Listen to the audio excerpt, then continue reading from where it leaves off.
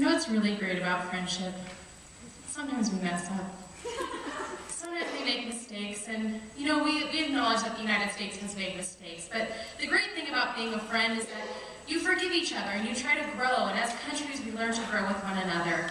Sure, sometimes we try to spread democracy with our friends who might not want it, but we really are just trying to look out for their best interests, and that's what I'm going to be looking at today, looking at human rights and looking at democracy and defending what we try to achieve when it comes to democracy.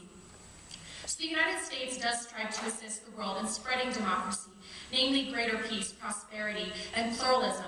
And that's what a lot of democracy stands for. In a lot of countries that we see ourselves going into, we do not see pluralism, in which a lot of people are underrepresented in those countries, and that's what we seek to achieve. That's what we want to claim on the side of democracy tonight. So what I'm going to do is do a little bit of refutation that just came out of the last speech before moving on to my fabulous point on democracy and human rights. So the main refutation that came out of Lily's point on philanthropy, there was a lot of criticism talking about dumping policies and saying that a lot of children cannot access education. But I pose the question, without philanthropy, a lot of these countries don't have education in the first place. A lot of these students in African countries or Middle Eastern countries never had education, and oftentimes we have nonprofit organizations that go and set up those schools in which they can actually learn in the first place. So that is something that is brought up by the United States. Jumping on to the point of foreign policy, we talk about the idea of torture and the wars that we have. Unfortunately, we have had to do those out of defensive attacks, normally things that have happened to our country in the first place. We have gone out and tried to uphold those human rights. But secondly, on the point of drones, specifically since there's a little bit of discussion, drones are actually much safer than the other alternative that we had in the first place. They have excellent technology in which they can actually zone in on a specific individual and target them much more specifically than the other weapons that we had in the first place. So drones, although they might not be something that's perfect or ideal, it is ideal comparatively to other alternatives. Second, yeah, go ahead. Given that we've seen so many hundreds of civilians being killed by these drones, if the US position or the US government doesn't examine these, how would that be considered friendly to other nations? Actually, I have a quote here from Obama where he actually acknowledged the point that sometimes we do make mistakes. This was the CIA headquarters where he said, "Don't be discouraged that we have acknowledged potentially that we've made some mistakes. That's how we learn." Essentially, we as the United States have acknowledged that we have made mistakes, and we seek to achieve to improve upon those mistakes and do much better in the future while eliminating potential threats. I posed the question, if we did not kill that person, how many people would they have killed?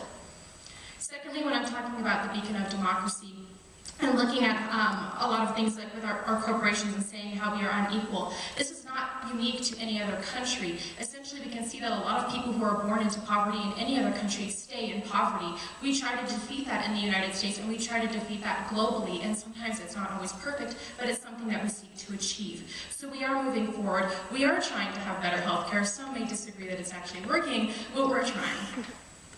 Now I would like to move on to my case that I have for you today. Essentially, I want to talk about and embrace the idea of human rights that the United States does try to impose. The thing is that we don't hear about the good things that the United States does. All we do is we see many other countries complain about the things that we are doing wrong. But if we look at what Lily has talked about, and when we look at what Alex is going to be talking about, we give a lot of aid and philanthropy to countries with no strings attached. A bully doesn't do that. A friend does that. Someone who supports someone else. So we essentially see that. My first example is talking about microfunds.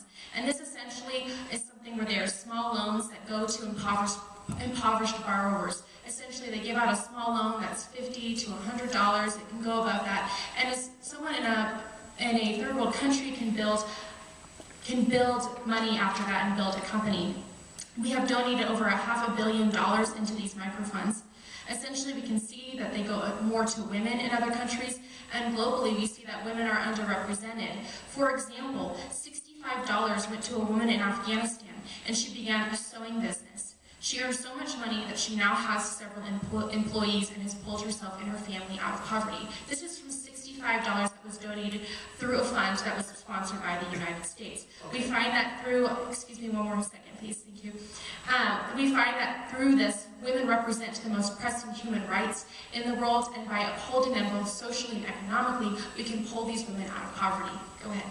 That individual woman in Afghanistan might have been better off if Al-Qaeda had not existed. Al-Qaeda came into existence because America had supported Mujahideen in their fight against Russia. Yes, exactly. These women had absolutely no rights. They couldn't work before any of these microphones actually came in the first place. We believe on the side of the United States that women have rights and they should be able to work and have access to microphones. That's exactly why we do it. Thank you. Secondly, the Carter Center, which Lily talked about, and I would just want to elaborate what the Carter Center exactly does. Essentially, we see that they actually promote human rights and alleviation from human suffering. As Lily talked about, we've observed 96 elections. We have furthered avenues of peace to Ethiopia, Liberia, Sudan, Uganda, the Korean Peninsula, Haiti.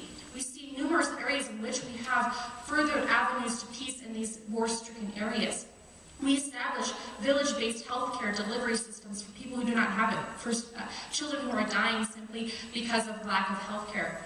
The third point that I want to talk about is the International Justice Mission, and that is also a US-based nonprofit human rights organization that operates in countries all over the world. They rescue victims of human rights trafficking and human rights abuses, and they also look at sexual exploitation of children, forced labor, slavery, and illegal detention and police brutality. These are all examples of things that these nonprofit US-based justice missions seek to achieve. They want to help people in these specific areas, and we find that they are very successful. But again, we do not look at what the United States does well. We point fingers and say, well, you're wrong over here in these specific areas, but let's look at all the great things that the United States does. We look at what Lily talked about, we talk about philanthropy, and what we bring with no strings attached. When we talk about democracy and what we try to do, yes, by no means we are perfect, but when we look underneath at what our core values are and what we seek to achieve, democracy, we do believe, is a good thing. It seeks pluralism, it seeks where people can achieve and have successful lives. And for that, I urge a strong vote in the affirmation. Thank you.